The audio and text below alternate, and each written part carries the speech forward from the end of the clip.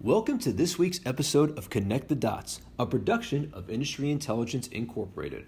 I'm your host, Nevin Barich, and this week we're going to talk about the stalemate in Congress over a new U.S. stimulus package amid the continuing coronavirus pandemic and the impact it's having on Americans. Now, negotiations for a new stimulus package have been, shall we say, rough. I think that's fair to say. The problem is simple. House Democrats and Senate Republicans can't agree on the amount of money involved and where the money should go. Let's do a quick recap.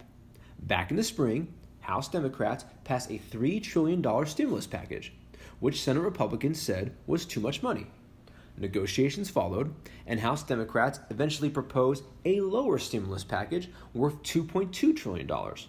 That also went nowhere with the Republicans. Then President Donald Trump announced on Twitter that he was suspending stimulus talks until after the election. Then he did an about-face and countered with a $1.8 trillion proposal. And that proposal went nowhere because Democrats said it was inefficient and Republicans said it would cost too much. Oh, and then over the weekend, Senate Majority Leader Mitch McConnell announced that the Senate would vote on a $500 billion stimulus package that likely won't pass because Republicans don't have enough Democrats to come along. And even if they got those votes, the House likely wouldn't pass it. Oh, and by the way, Democrats blocked a previous $500 billion stimulus plan last month. I probably should have mentioned that earlier. Oh, and then finally, House Speaker Nancy Pelosi announced a deadline of tomorrow on current stimulus negotiations. So there you go. You're up to speed. Your federal government at work. Now, you want to blame the Democrats in the House? Go ahead.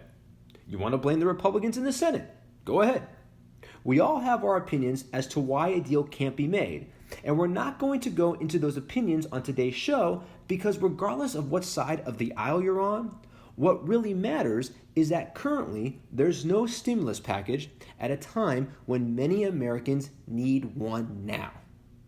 Let's look at unemployment insurance claims.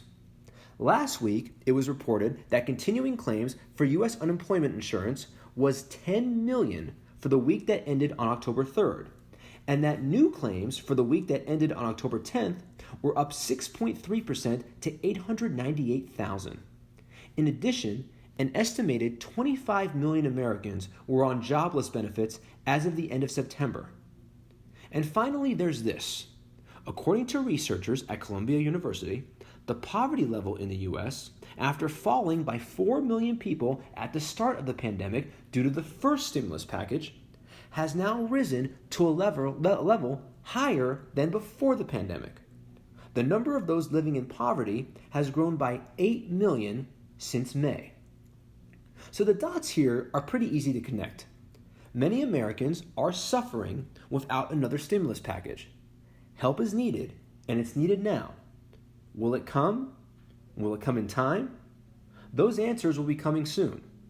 Let's just hope they're answers we want to hear. And that's going to do it for this week's episode of Connect the Dots, a production of Industry Intelligence.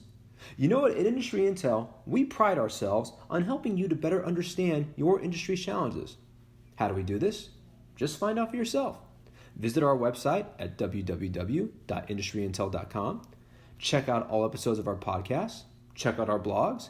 And shoot us an email and ask us about Microsoft Teams integration. We help our clients make their business better. Let us help you do the same. Until next time, I'm Nevin Barich. Take care.